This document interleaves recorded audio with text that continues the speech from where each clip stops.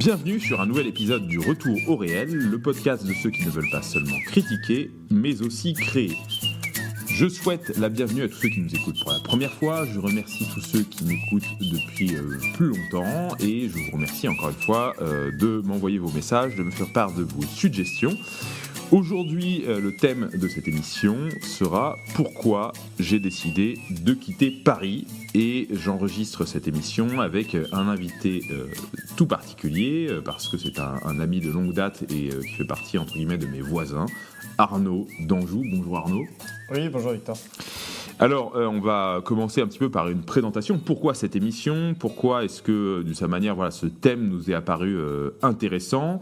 Voilà, je rappelle, et puis voilà, pour ceux qui nous écoutent pour la première fois, et bien comme ça, voilà, vous découvrirez un petit peu mon parcours. Moi, je suis historiquement un Parisien, né de parents parisiens. J'ai grandi 25 ans à Paris.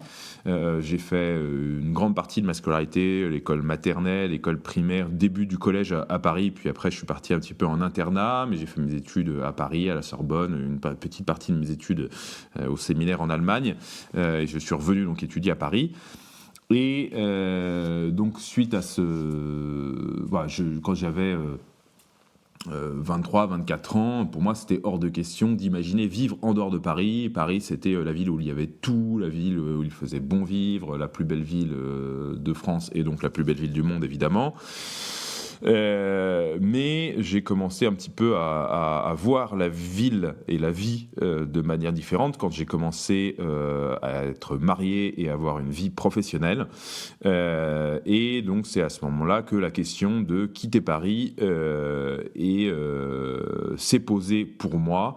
Et finalement, on n'a pas fait une vraie étude préliminaire avant de quitter Paris, mon épouse et moi. Ça s'est fait un petit peu sur entre guillemets, un coup de tête ou un coup de la providence. J'ai eu une offre d'emploi dans le domaine de l'enseignement. Ça m'intéressait énormément.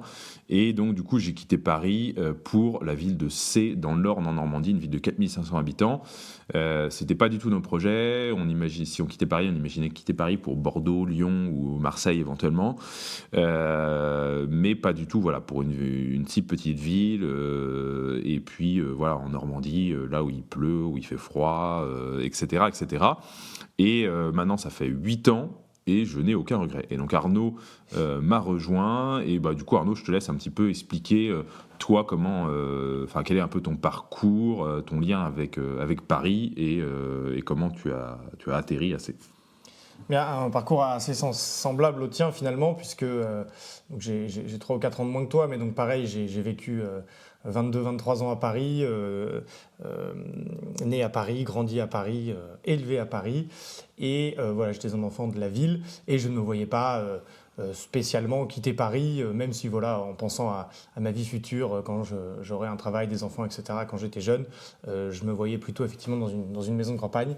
Mais à l'instar de ce qui s'est passé pour toi, finalement c'est rien, on n'a pas du tout eu avec ma femme cette démarche aussi, voilà, de vivre plusieurs années à Paris et de se dire voilà, il faut qu'on parte, de faire une étude de marché, où est-ce qu'on voulait aller, pour quelles raisons, pour quel emploi, etc. Et donc pareil, c'est venu un peu sur un coup de tête, en venant de rendre visite une fois d'ailleurs finalement, assez, qu'on a décidé, comme on avait déjà un enfant, de quitter Paris. Et alors évidemment, il y avait déjà plusieurs questions, plusieurs problèmes qui avaient préparé le terrain à ce départ, mais on va y revenir, notamment voilà, le coût de la vie, les emplois, l'insécurité, voilà, tout un certain nombre de caractéristiques qui peuvent se recouper. Et voilà aussi et dont on va parler, et pour les gens qui nous écoutent et qui seraient peut-être voilà, dans cette optique de quitter Paris, ou du moins quitter une grande ville, puisque c'est de ça aussi dont on va parler.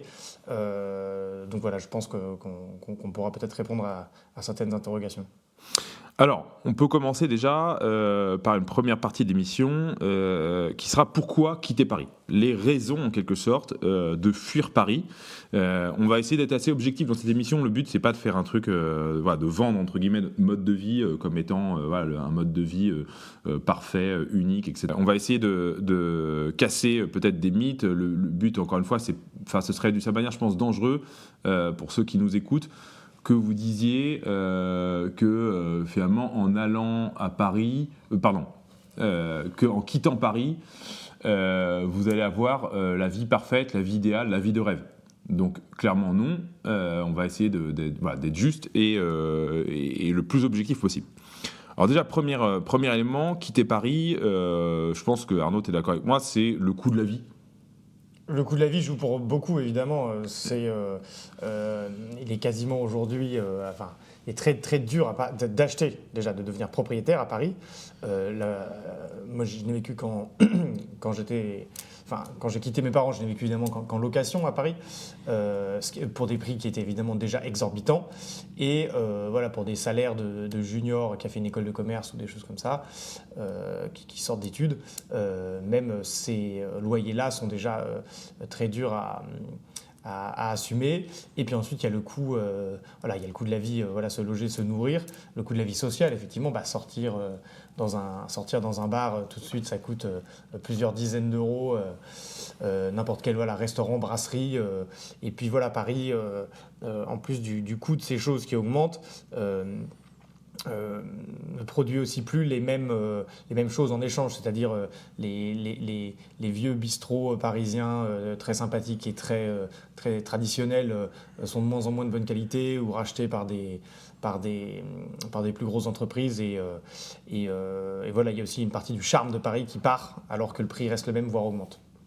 Donc il y a clairement la question du loyer, du logement, et donc du coup qui amène forcément la question des enfants, parce que quand on commence, entre guillemets, quand on vit jeune couple ou célibataire, ou voire même en coloc, ça peut être encore rationnel. Enfin, en fait, on a chacun sa chambre, ou quand on est en couple, une chambre pour deux, un salon. En fait, dans 35, 40 mètres carrés, on arrive à avoir une vie qui est pas horrible.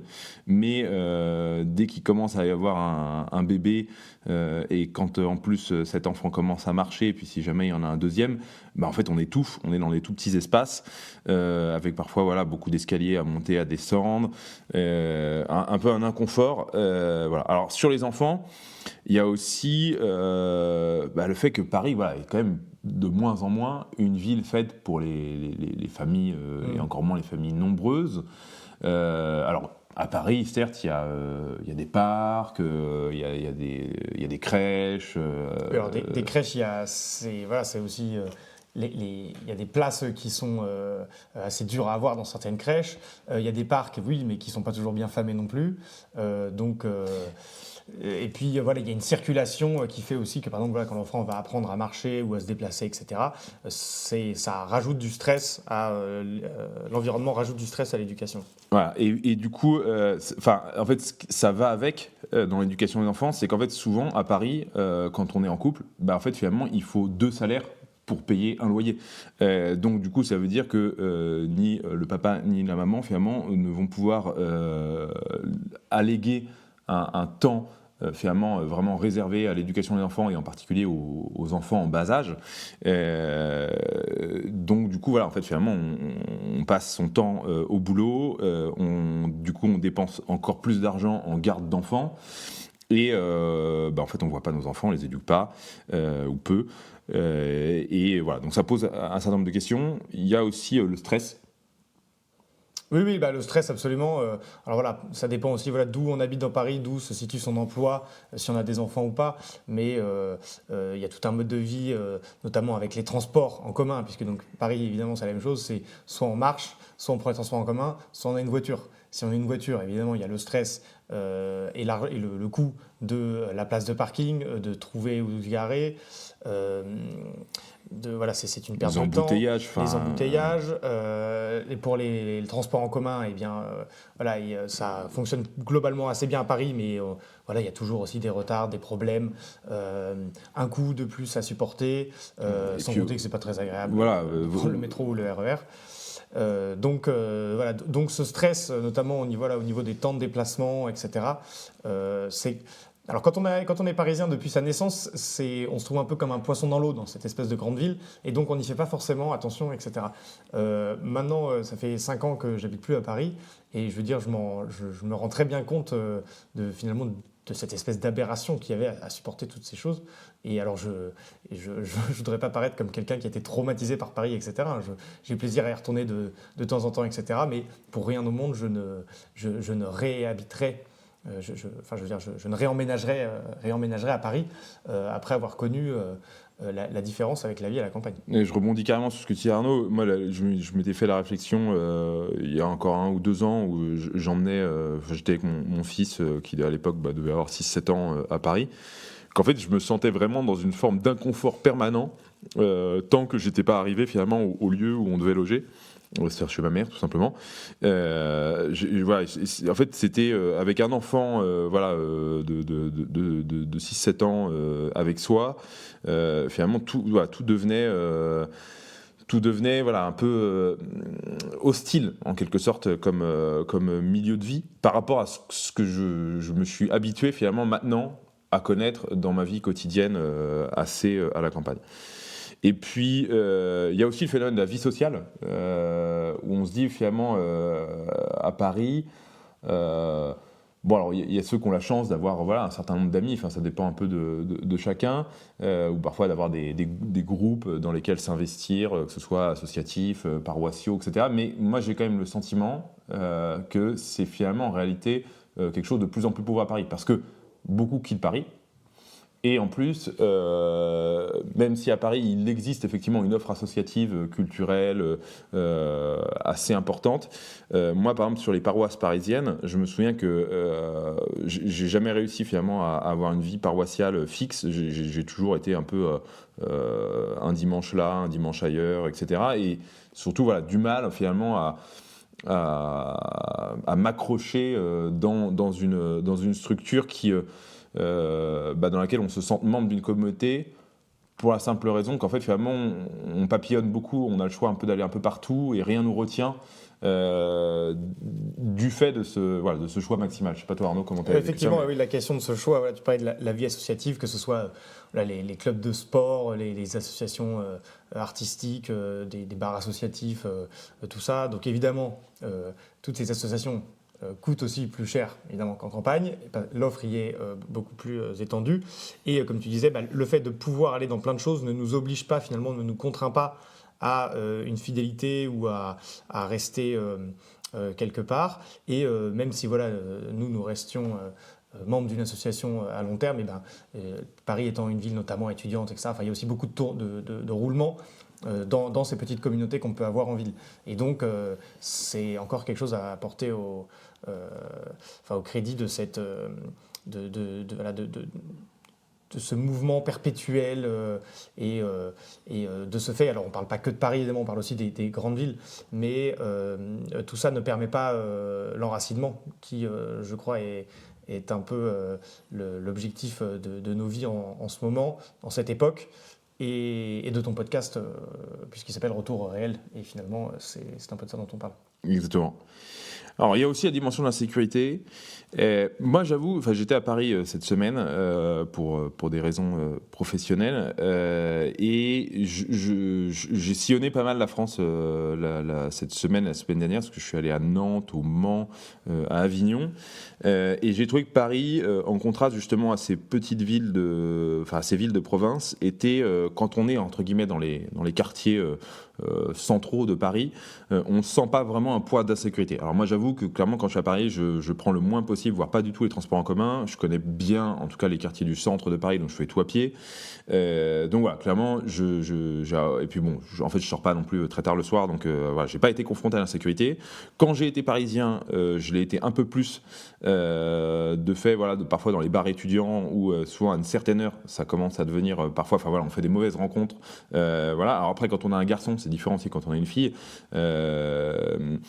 Mais voilà, après, il y a clairement, ça m'était arrivé il y a quelques mois, d'aller rendre visite à des copains qui ont acheté des appartements près de la gare du Nord, où là, voilà, on traverse des lieux qui sont un peu apocalyptiques. Et voilà, donc il y a quand même une insécurité qui est un peu difficile qui est, voilà, à Paris, sans doute peut-être un peu différente de certaines villes de province. Il y a peut-être moins de zones coupe-gorge. Ça dépend un peu des heures de certains lieux précis.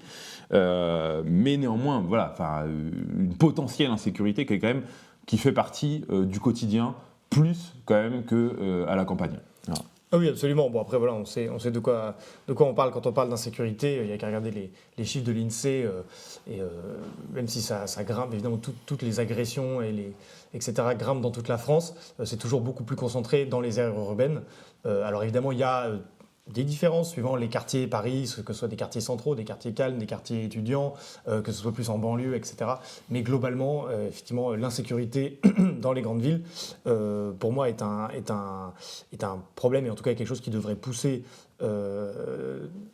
des jeunes couples avec enfants ou même voilà, des gens plus âgés pardon, qui voudraient quitter Paris. Ça fait partie absolument des raisons de quitter un mode de vie concentré, urbain, pour voilà, la campagne ou une ville de plus petite taille. Alors tu disais Arnaud, l'enracinement, moi pour le coup, n'ayant pas d'attache familiale finalement très profonde et très lointaine dans un coin de France en particulier, voilà, mes grands-parents, enfin j'avais une grand-mère en Champagne, mais pas trop de vraies maisons de famille voilà, qui serait le fief familial historique où toutes les générations seraient enterrées dans le cimetière, etc. Je m'étais projeté finalement dans un enracinement à Paris. J'avais appris l'histoire de ma ville, j'étais passionné par cette histoire, par la figure aussi de Sainte-Geneviève, sainte patronne de Paris, etc. Donc voilà. Mais effectivement, ça reste quand même une démarche très volontariste. Et c'est un enracinement qui se fait purement à travers l'apprentissage personnel d'une histoire, d'une culture, d'une gastronomie, mais pas sans du tout la dimension finalement communautaire et dans un enracinement finalement, il y a très peu, de moins en moins à Paris, de vie de quartier qui serait semblable à une vie de village. Ce qui était le cas encore, je pense, il y a 20 ans, 30 ans. Oui, parce que les gens ne déménageaient pas tous les 5 ans comme aujourd'hui. Donc finalement, voilà, Paris est quand même une ville, on ne vous apprend rien en disant ça, très cosmopolite, une ville voilà, en permanent de changement, transformation, mouvement, et dans laquelle voilà, cet enracinement semble quand même difficile. Voilà. Si on a cet objectif finalement d'essayer de construire en profondeur dans un lieu, c'est quand même, je pense, difficile à Paris. Oui, absolument. La ville est. Enfin, si je peux prendre une métaphore toute bête, mais voilà, pour qu'un arbre s'enracine, il faut de la terre. Et à Paris, il n'y a pas de terre, il n'y a que du bitume. Ouais. Donc, c'est voilà, de manière très schématique le résumé de cette affaire. Effectivement, il y a aussi la problématique à notre époque que, voilà, comme depuis la Seconde Guerre mondiale et l'essor de la société de consommation, etc., le brassage des populations en France, je veux dire, n'a jamais été aussi grand. C'est-à-dire que quasiment plus personne, ou moins de 10% de la population, ne vit dans la région de ses ancêtres de ces 500 ou 1000 dernières années, voire même des 100 dernières années. Et voilà, même la génération de nos parents a pu déménager 3-4 fois en France dans des lieux totalement différents. Notre génération, pareil. Et donc, ce choix du réenracinement, si, par exemple, on choisit de quitter une ville, peut donc présenter à la fois des avantages et des inconvénients, c'est-à-dire des inconvénients, si effectivement on n'a pas de fief familial, de terre d'origine, ou de parents, de grands-parents qui habiteraient, je ne sais pas moi, l'Auvergne, l'Alsace, et qu'on décide d'aller se rapprocher d'eux parce que notre famille a une histoire là-bas et que ça a du sens de retrouver la terre héritée de ses ancêtres. Voilà, ça donne aussi l'avantage de pouvoir choisir aussi, entre guillemets, voilà, si aujourd'hui on veut quitter Paris ou une grande ville, c'est-à-dire voilà, de faire entre guillemets une étude de marché sur voilà, quelle région va me permettre voilà, d'avoir un emploi, d'avoir du beau temps, d'avoir de l'espace, d'avoir de l'immobilier attractif, etc. Donc on peut se projeter de différentes manières sur une région de son choix. Donc évidemment c'est un peu antinaturel, c'est pas du tout le sens de l'héritage justement, mais voilà, on est dans une sorte, je pense, un moment de cassure historique. Et voilà, il faut se dire, je pense que toi comme moi, maintenant qu'on habite assez, on se dit qu'en fait on va mourir assez, grosso modo, ou dans les moins de 10 km de C. Et donc on fait à nouveau ce premier acte fondateur de se réenraciner, c'est-à-dire que voilà, C deviendra, on l'espère, on y travaille, C ou voilà, la basse Normandie, le fief du coup de notre descendance et de nos enfants. Ouais, non, mais c'est un sujet régulier de discussion familiale ou avec mon épouse. C'est vraiment d'offrir aussi à nos enfants la perspective d'une terre De ce que nous, on n'a pas eu, entre guillemets. Voilà, dans laquelle ils pourront voilà, être normands d'adoption, à défaut de l'être depuis nombreuses générations, malheureusement. Mais voilà, en fait, on est dans cette situation d'avoir à reconstruire quelque chose. Et donc, forcément, ça peut sembler très artificiel de dire, en fait, ah ouais, mais en fait, les gars, c'est totalement artificiel, finalement, parce qu'une communauté, on ne la choisit pas, elle est naturelle et tout. Oui, d'accord, mais quand en fait tout est pété, quand tout a volé en éclats, il faut bien faire quelque chose. Et c'est un petit peu notre. Typiquement en Normandie, ça vient de Norsemen, les hommes du Nord, les Vikings, oui, à un moment, ils sont arrivés. C'était pas leur terre d'origine, mais voilà, ils ont fondé un certain substrat du peuple français pour des centaines d'années. Alors, maintenant, essayons de rendre à Paris c'est ce qu'on lui doit, d'une certaine manière.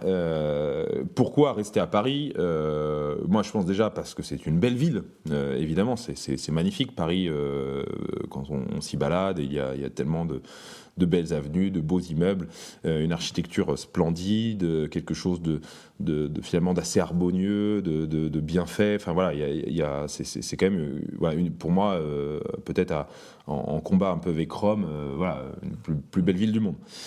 Et c'est aussi une ville avec un fourmillement culturel intense. Il y a un nombre d'offres, d'expositions, de concerts, incroyable. Je veux dire, quand on aime l'art, la culture, la civilisation, en fait, à Paris, on a trop à manger. Finalement, il y en a en permanence. Je suis assez d'accord, même si souvent ça peut être un mauvais exemple pris, par exemple, par des gens qui ne veulent pas quitter Paris ou qui nous disent « Ah, mais vous habitez à la campagne, alors qu'à Paris, on a tout ça, etc., tous ces musées, ces concerts, ça. » La plupart des gens ne fréquentent que très peu toutes ces choses dont ils parlent.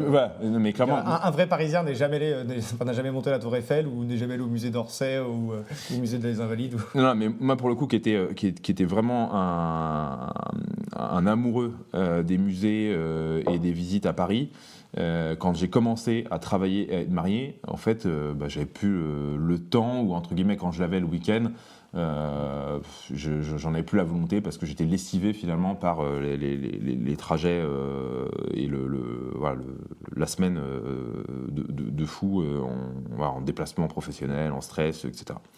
Alors à Paris, il faut aussi le reconnaître, c'est une ville dans laquelle il y a une offre d'emploi, et là je pense en particulier pour ceux qui ont Bac+5, ont fait des grandes études, etc. Il y a, en termes de salaire et en termes d'opportunités professionnelles, des offres quand même à la hauteur dans Paris et son agglomération. C'est un bassin d'emploi effectivement qui est très important. Après, c'est toujours la même chose, c'est pour quels emplois. C'est-à-dire que il y a je pense que évidemment, tous les emplois du tertiaire qui offrent peu de sens. Je pense que tu as déjà peut-être traité de cette question dans tes podcasts. Ou tu le feras peut-être un jour, mais c'est cette question du travail, du métier qui a un sens.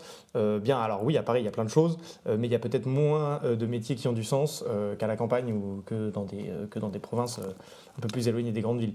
Donc, match nul.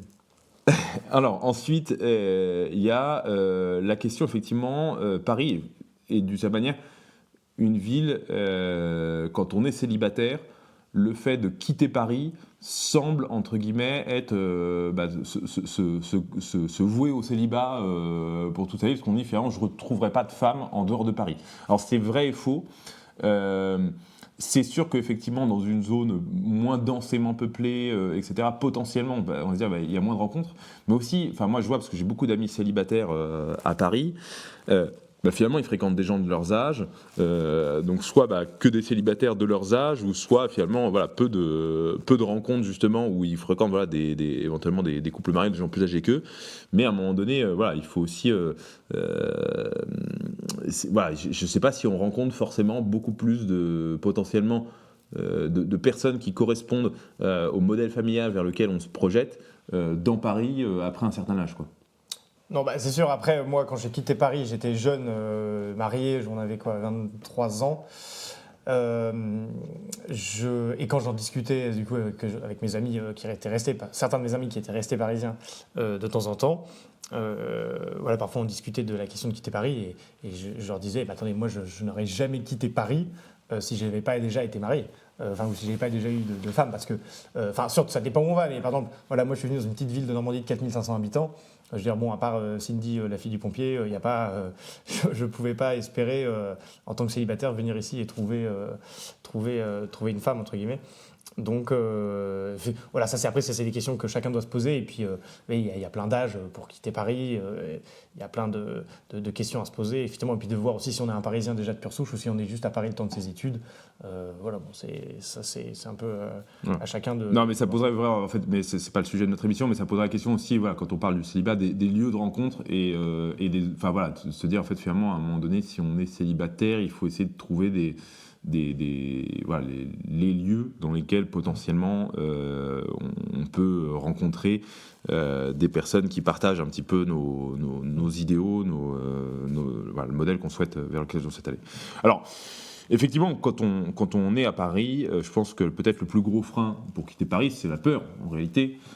C'est le fait de se dire, voilà, on va vers l'inconnu, on va vers quelque chose qu'on n'a jamais éprouvé. Et surtout pour effectivement un Parisien pur souche ou quelqu'un de grande ville qui a toujours habité dans une grande ville. Voilà. Donc c'est de se dire voilà, qu'on craint d'une certaine manière de se lancer dans une aventure dans laquelle on va échouer. Et ça, c'est normal, c'est humain. Mais voilà, qu'est-ce qu'on peut se dire ? On peut se dire déjà que c'est jamais non plus impossible de faire marche arrière si jamais on s'est trompé. Oui, bien sûr. Et puis que, en fait, il y a quand même pas mal de gens qui quittent Paris et qui ne remettent plus les pieds à Paris, enfin qui, en tout cas, décident de quitter Paris pour de bon et qui n'ont pas de regrets. Ce qui est, je crois, notre cas, Arnaud et moi. Alors. On s'était dit, voilà, finalement, on peut quitter Paris, mais on peut quitter Paris pour différentes choses. Il y a premièrement quitter Paris pour une ville moins grosse. Je pense, voilà, les villes de taille, les grandes villes françaises, que peuvent être Lille, Lyon, Marseille, Bordeaux, Montpellier, Toulouse, Nantes. Pour moi, les grandes villes comme ça reste du même acabit que Paris. C'est encore trop grand pour. C'est ça. Pour y voir une différence. Et parfois, même en pire. C'est-à-dire qu'en fait, moi, encore une fois, ce que je disais, les avantages cette semaine, les inconvénients de Paris sont pour avoir sillonné un peu la France, notamment Le Mans, Nantes et Avignon, je me suis aperçu en fait qu'il y a encore dans ces villes des petits coins de France.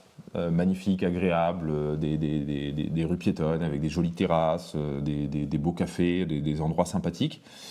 Mais en fait, pour le coup, et ça, il y a un peu moins ça à Paris, parce qu'en fait, c'est les plus petites villes, donc forcément, les contrastes sont dans des zones géographiques beaucoup plus restreintes que dans Paris. Où très vite, on débarque sur un boulevard ou une grande place, et là, c'est une zone de deal à ciel ouvert. Avec, moi clairement j'ai vu sur le parvis de la gare du Mans des types cagoulés sur leur scooter. Voilà, clairement ce qu'ils étaient en train de faire n'était pas très équivoque. Et j'ai marché de la gare jusqu'au Vieux Mans. Dans une sorte de France de l'après, quoi. Enfin, en fait, où j'ai croisé des gens shootés à 15 ou 16 heures avec leur canette de 8-6. Quelque chose de vraiment qui fait mal au cœur, en fait, de voir son pays dans cet état-là. Finalement, des zones sur lesquelles il n'y a plus que des kebabs ou des commerces fermés ou des commerces directement type boucherie halal ou compagnie. Et effectivement, quand on arrive dans le Vieux-Mans, là c'est un autre monde. C'est effectivement des commerces plus bourgeois, une population qui n'a rien à voir. Architecturalement, c'est magnifique. Voilà. Mais voilà, en fait, finalement, dans ces petites villes de France qui étaient encore un peu des coins de paradis il y a 15 ans ou 20 ans, en fait, se gâtent de plus en plus et finalement connaissent les mêmes maux, voire pire que la grande ville. J'en veux pour preuve les émeutes. Donc suite à l'affaire Naël l'été dernier, en fait on s'est aperçu, en gros avant on parlait des émeutes de banlieue, en fait là c'est les émeutes dans toute la France. À Laval il y a un McDo qui a brûlé, voilà, Laval c'est quand même je sais pas, c'est une ville de Mayenne, on n'imaginait pas qu'un jour cette ville pourrait connaître des problématiques similaires à celles de la banlieue parisienne, et avec donc je pense, moi c'est pour moi un des phénomènes majeurs de cet assombrissement du climat dans nos villes, c'est le trafic de drogue, et je crois qu'il est vraiment partout, dans toutes les villes moyennes de France. Je sais pas si Arnaud, tu vois des Oui, choses non, à dire sur la ville moyenne, quoi. Mais absolument. Bah, en fait, voilà, il y a la ville moyenne grande et la ville moyenne petite, mais après, voilà, ça dépend des villes moyennes, ça dépend, est-ce qu'on voilà, on habite dans la ville moyenne ou à côté. Voilà, donc, moi comme j'ai dit, moi j'en ai quitté Paris sur un coup de tête et donc j'avais pas voilà, pensé spécialement à venir dans une ville plus petite. Donc je n'ai pas d'avis spécial, de recommandation sur cette question. alors, il y a ensuite quitter Paris pour la banlieue. Et ça, pour le coup, dans la génération, on va dire, des personnes qui ont aujourd'hui entre 50 et 60 ans, ça s'est beaucoup fait. C'est-à-dire que beaucoup de Parisiens ont quitté Paris pour Versailles ou les Yvelines de manière générale et se sont reconstitués dans ce département, en particulier des Yvelines, un peu un microcosme, souvent un microcosme catho ou un microcosme un peu bourgeois, confortable, avec un écosystème de paroisses, de troupes scouts, d'écoles, etc. On peut penser à Port-Marly en particulier et d'autres. Mais avec quand même, moi je trouve un certain nombre de points noirs parce que certes, en fait, la raison principale, c'est qu'en fait, beaucoup de gens qui ont fait ça, en fait, Paris restait proche, donc en gros, pour aller au travail, pour aller des questions d'emploi, pour, en gros, voilà, l'aéroport, la gare, etc., ont été proches de Paris. Mais en fait, en réalité, avec quand même des temps de transport, alors qui peuvent paraître normaux, mais qui, moi, je trouve, sont dingues. Enfin, je ne comprends pas comment on fait pour s'avaler 40, 50, voire 1 heure de transport ou plus par jour. Je le faisais tous les jours avant, mais... Voilà. Donc ce sont souvent un peu des villes dortoirs, donc aussi pareil en termes de charme architectural. Alors Versailles c'est très joli, mais bon en fait finalement toute la banlieue, on pourrait dire des Yvelines. Alors c'est moins moche que d'autres banlieues, mais bon ça reste quand même un peu parfois pour beaucoup des villes pavillonnaires sans grand charme, dans lesquelles finalement il y a peu de vie sociale. Enfin, en tout cas, pour pratiquer cette vie sociale, il faut un réseau et une voiture. Et donc finalement, je trouve qu'il y a un peu le double inconvénient, parce que du coup, il y a les transports par lesquels on relie avec l'insécurité, et finalement, il n'y a pas toute l'effervescence finalement culturelle de la ville, on est loin de Paris. Donc je pense que c'était les choix de vie qui étaient compréhensibles il y a quelques années, mais moi en tout cas, vers laquelle j'ai mal approché, et puis en plus c'est cher. Ah oui, non, mais le prix reste... voilà, c'est sûr. Après, voilà, nous, on n'est pas là pour juger de quelqu'un qui voudrait aller en banlieue, etc. Machin, voilà, on dit. Mais en fait, une maison, toi d'ailleurs, tu avais commencé à habiter à Montrouge, enfin Montrouge qui est quasiment un arrondissement de Paris. Voilà. Oui, mais c'était vraiment 600 mètres derrière le périph'. Mais finalement, c'était des prix de loyer parisiens, quoi. Ah oui, non, mais il n'y avait pas, quasiment pas de différence. Alors, maintenant, évoquons justement quitter Paris pour la campagne. Alors, Arnaud, je te laisse être un petit peu, présenter un peu les avantages que tu as vus concrètement, là, depuis que tu es arrivé. Alors, précisons, C n'est pas vraiment la campagne à proprement parler, c'est une ville de 4 millions d'habitants, donc entourée finalement très vite de forêts, mais avec quand même, à l'intérieur de la ville, on va dire tous les commerces de bouche et de première nécessité, que ce soit pharmacie, donc boucherie, boulangerie, maison de la presse, médecin, petits supermarchés, on va dire qui ne sont pas des hypermarchés, mais voilà, qui permettent, en tout cas de pouvoir se procurer sans trop de difficultés, on va dire les produits du quotidien. Oui, absolument. C'est vrai que la première énorme différence, nous, très simplement, à Paris, on habitait un 35 mètres carrés qu'on payait dans les 1200 € par mois.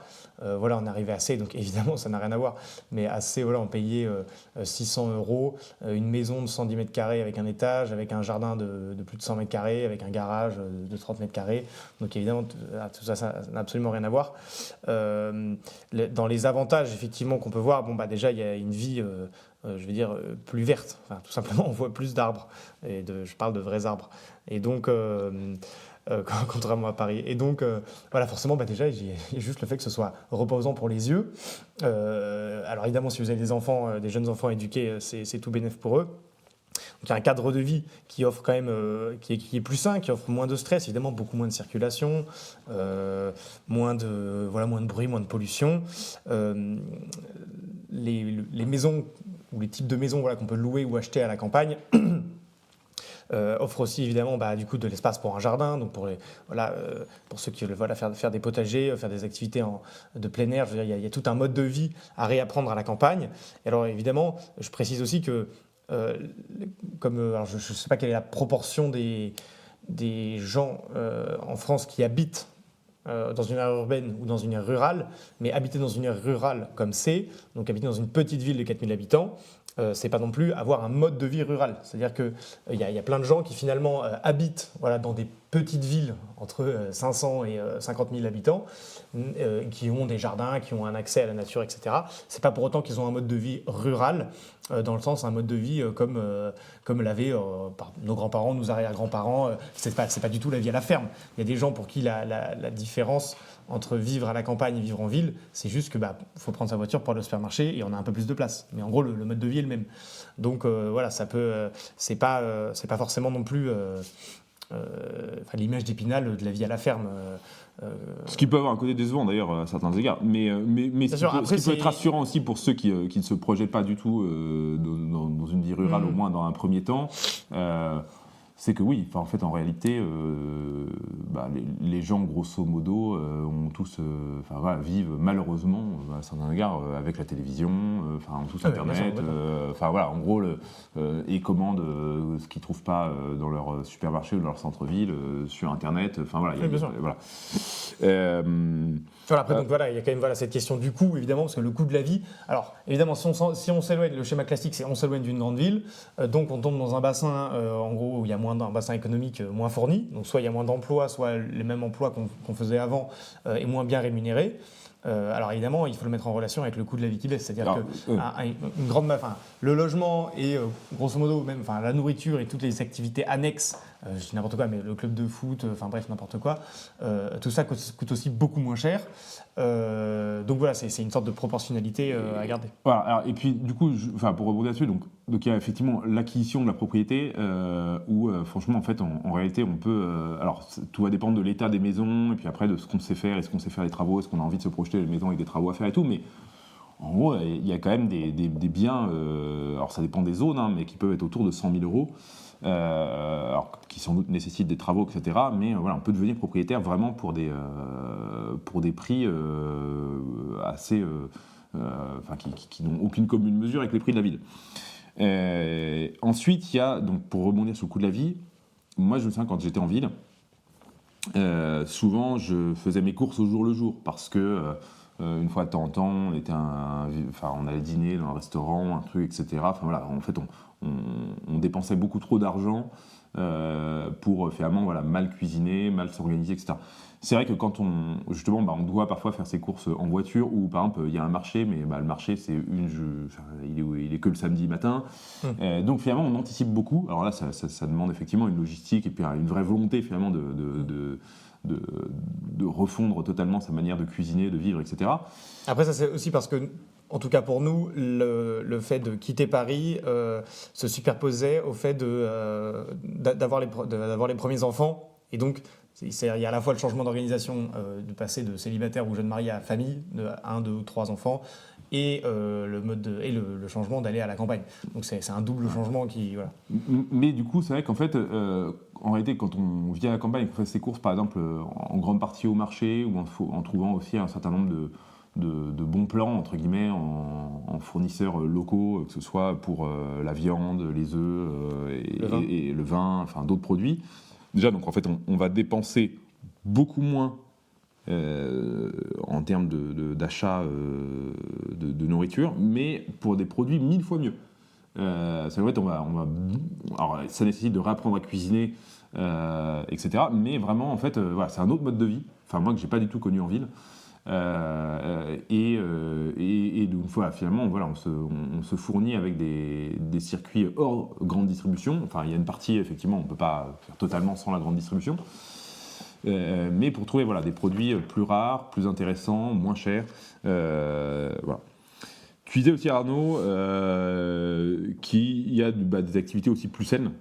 Oui, on les a déjà un peu brossés, ça me semble évident. De toute façon, dès qu'il y a plus de plein air, on peut faire beaucoup plus de choses sympas. Il n'y a pas les temps de transport. Non, et puis même en fait, tu vois, par exemple aussi en ville, finalement, à chaque fois pour se voir, la plupart du temps, on se voit dans un bar, dans un café, etc., où ça nous coûte, si on y reste un certain temps, cher. Bien sûr, en fait, souvent, nous, en tout cas, on reçoit beaucoup plus chez nous. J'ai dû passer 3 ou 4 soirées dans un bar depuis 5 ans que j'habite assez. Sinon, c'est soit chez moi, soit chez les uns les autres. On s'invite, on s'échange. ça n'a aucune commune mesure. Et puis voilà, ce qu'on apprend à faire aussi, voilà, en arrivant dans une zone un peu plus rurale, on apprend à développer aussi des techniques, des savoir-faire. On apprend à vivre un peu d'une manière différente.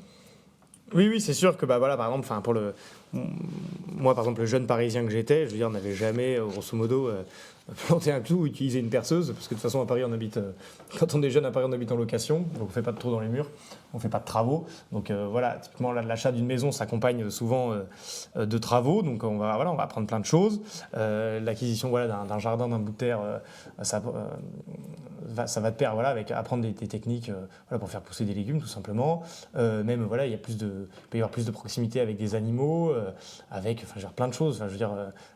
Acheter une remorque pour transporter des trucs lourds. Nous, on habite à côté évidemment d'une grosse école, donc il y a plein de choses, il y a plein d'activités à organiser. Donc effectivement, je trouve que la vie à la campagne quand même développe par la diversité des activités qu'elle propose, en fait, chez un homme, la polyvalence sur des tonnes de savoir-faire, etc. Alors, du coup, on va peut-être conclure cette émission par des questions pratiques en vous donnant des conseils si vous réfléchissez à quitter Paris ou la grande ville et que vous ne savez pas forcément comment vous y prendre, vous avez un certain nombre d'inquiétudes. Il s'agit déjà, premièrement, le premier conseil qu'on pourrait dire, c'est ne pas aller n'importe où. Je ne veux pas quitter Paris juste pour quitter Paris. Voilà, en fait, si vous retrouvez, ça va faire un peu comme l'effet Covid. Il y a énormément de Parisiens ou de gens dans les grandes villes qui ont quitté Paris sur un coup de tête et en fait, finalement, qui sont retournés à Paris par la suite. Donc voilà. Déjà, ne pas s'enterrer, en fait. Il faut aller dans un endroit où potentiellement... soit, en fait, il faut partir à plusieurs familles, plusieurs amis. Soit, il faut aller dans un endroit où, potentiellement, vous allez pouvoir rencontrer des gens et ne pas être seul. Donc voilà, ça ne s'improvise pas. Il faut avoir, entre guillemets, un point d'attache. Donc ça peut être, soit vous avez une région familiale dans laquelle vous avez encore votre oncle, votre tante, un village dans lequel votre famille a des attaches. Mais quand vous n'en avez pas, en fait, je pense que ces lieux-là sont principalement, en tout cas si vous êtes catholique, les écoles, les paroisses, qui vont vraiment être des agrégateurs de communautés, de communautés néo-ruraux. Et du coup, ça, c'est en fait cette dimension de la communauté, elle est ultra importante parce que en fait, quand on justement on arrive quelque part, on a besoin de cette relation, de ces amitiés, etc. Et puis on va aussi beaucoup partager, échanger des services, échanger des compétences, apprendre des choses des uns et des autres. Moi, je sais, quand j'ai fait les travaux chez moi, j'ai eu plein de gens qui sont venus me prêter main forte et qui m'ont appris à faire des choses, m'ont prêté du matériel et puis moi-même parfois je suis allé faire des petits travaux alors que je ne sais pas forcément faire grand chose à la base, mais j'ai appris justement en allant faire des travaux chez des copains. Et puis après il y a plein d'autres trucs des choses qu'on va faire ensemble, à mutualiser des choses pour du miel, pour le vin, pour le bois, pour plein de choses qui font que c'est d'une part ça crée du lien, c'est intéressant, c'est utile, on apprend des choses, ça permet de nous réhumaniser aussi, ça fait partie vraiment du retour au réel. Oui, et je compléterais pour dire que je retombais l'autre jour sur une citation de Saint-Exupéry qui disait qu'en gros on mesure la qualité d'un homme au nombre et à la qualité de ses liens, c'est-à-dire des liens qu'une personne peut tisser avec d'autres personnes, etc. Et je trouve vraiment que la vie, alors à la fois la vie de manière communautaire, c'est-à-dire en groupe d'amis et qui est, cet effet communautaire est multiplié par le fait d'habiter à la campagne, je trouve vraiment pousse vers cela à fond, quoi. C'est-à-dire qu'il n'y a pas une semaine sans que je ne vois une, deux, trois ou quatre personnes d'un cercle communautaire. Nous, élargissons à 50 personnes par exemple, grosso modo.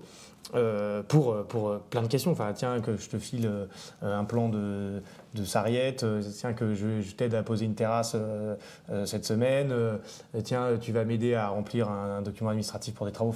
Voilà, il y a vraiment tout, où j'amène tes enfants à la danse ou à l'école parce que c'est à 20 minutes. Voilà, bref. Il y a vraiment un fourmillement, je trouve, de vie qui est très intéressant.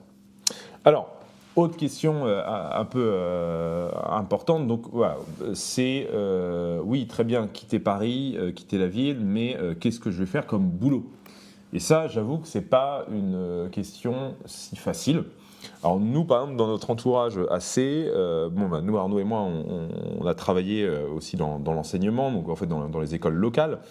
Mais il y a la question du soit donc de trouver du travail dans une ville proche.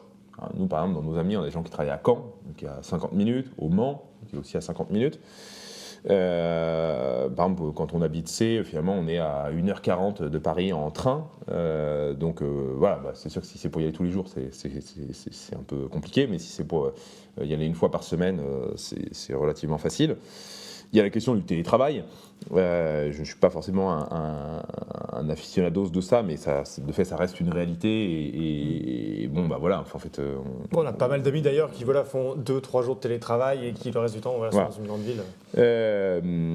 Et il y a la possibilité aussi de monter son entreprise.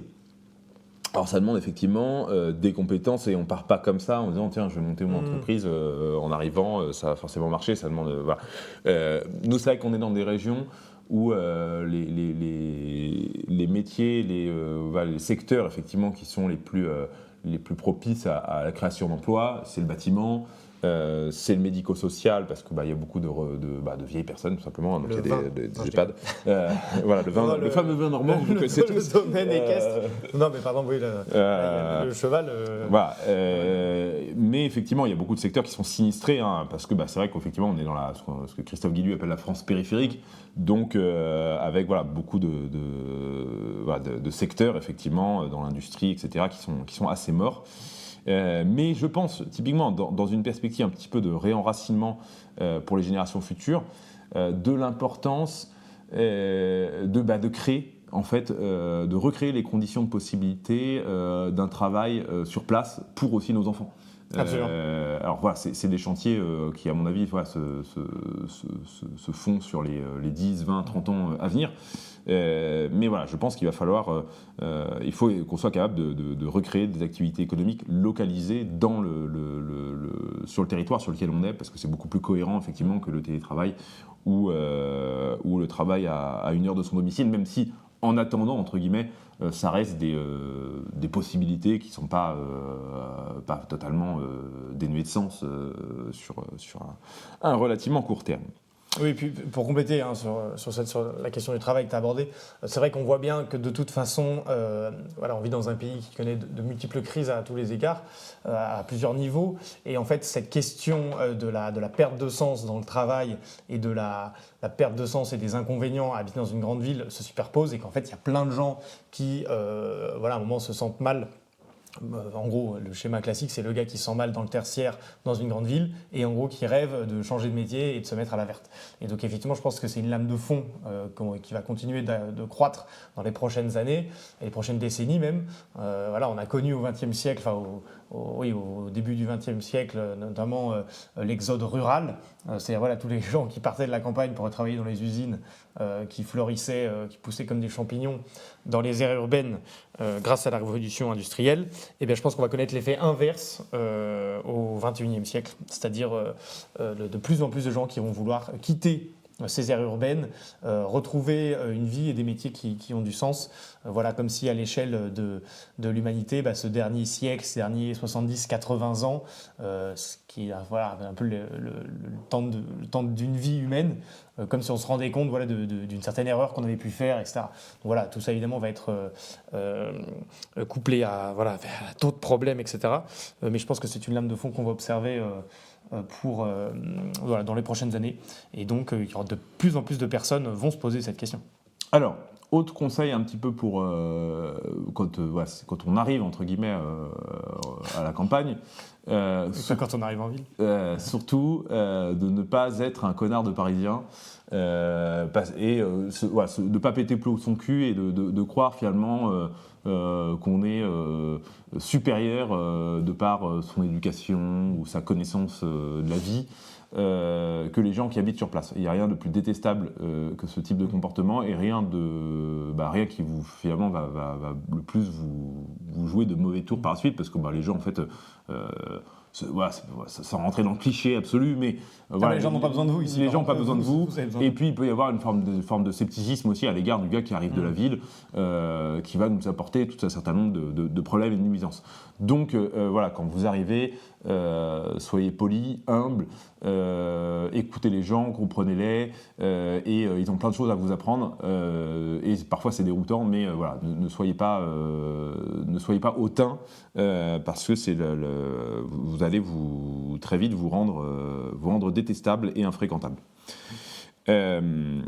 Autre conseil, c'est de ne pas fantasmer dans un retour à la terre, entre guillemets, ou dans le fait de quitter les villes, la vie idéale. De toute façon, les problèmes que vous avez dans votre vie, vous les retrouverez aussi à une autre échelle dans cette vie rurale. Si votre couple est en crise, c'est pas le fait d'acheter une maison à la campagne qui va tout changer, etc., etc. Donc il y a aussi des factures à la voilà. Donc, dites-vous qu'en gros, j'avais enregistré un podcast sur la communauté, mais parfois, on se fait un peu une illusion d'une vie de rêve, et du coup, il faut surtout pas partir du principe que, en gros, la vie va être idéale. La vie va être différente, avec des problèmes en moins, mais il va y avoir aussi d'autres difficultés. Ça peut être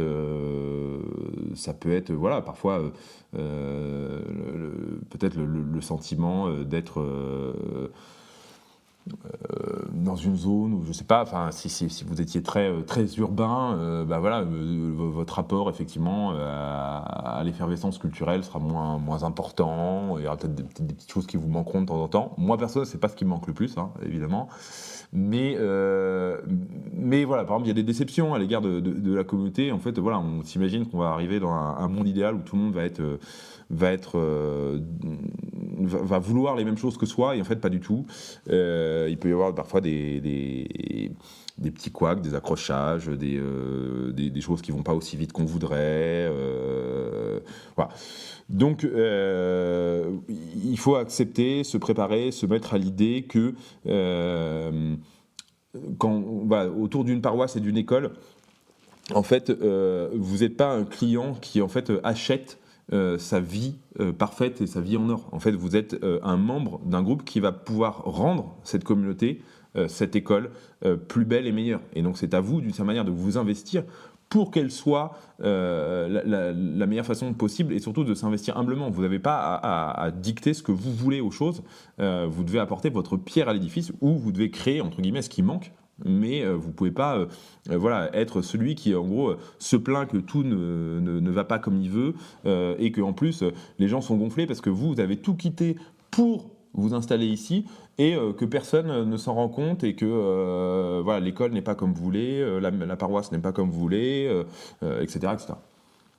Oui, non, je suis d'accord avec toi. De toute façon, si vous venez d'une grande ville et que vous vous installez à la campagne, vous allez gagner du temps, ou au moins avoir plus de temps. Donc, donnez-le ce temps. Voilà. Donc, c'est un peu le mot de la fin pour moi. Après, je pense que tu as un peu brossé les différentes choses, le travail, ne pas fantasmer la vie idéale, se projeter de manière raisonnable. C'est-à-dire, quand on va réfléchir à déménager, faut ni être effrayé par la vie à la campagne, ni ne voir que, comme dit l'adage, l'herbe est plus verte ailleurs, ne voir que les bons côtés. Donc voilà. Et écoute, moi Arnaud, je vois pas non plus. Il y aurait plein d'autres choses à dire et à ajouter, à rentrer. Si on rentrait sur des choses un peu plus de détails. Mais je pense qu'en fait, de toute façon, il va y avoir, comme tu disais, un peu une marche naturelle des choses qui va s'opérer.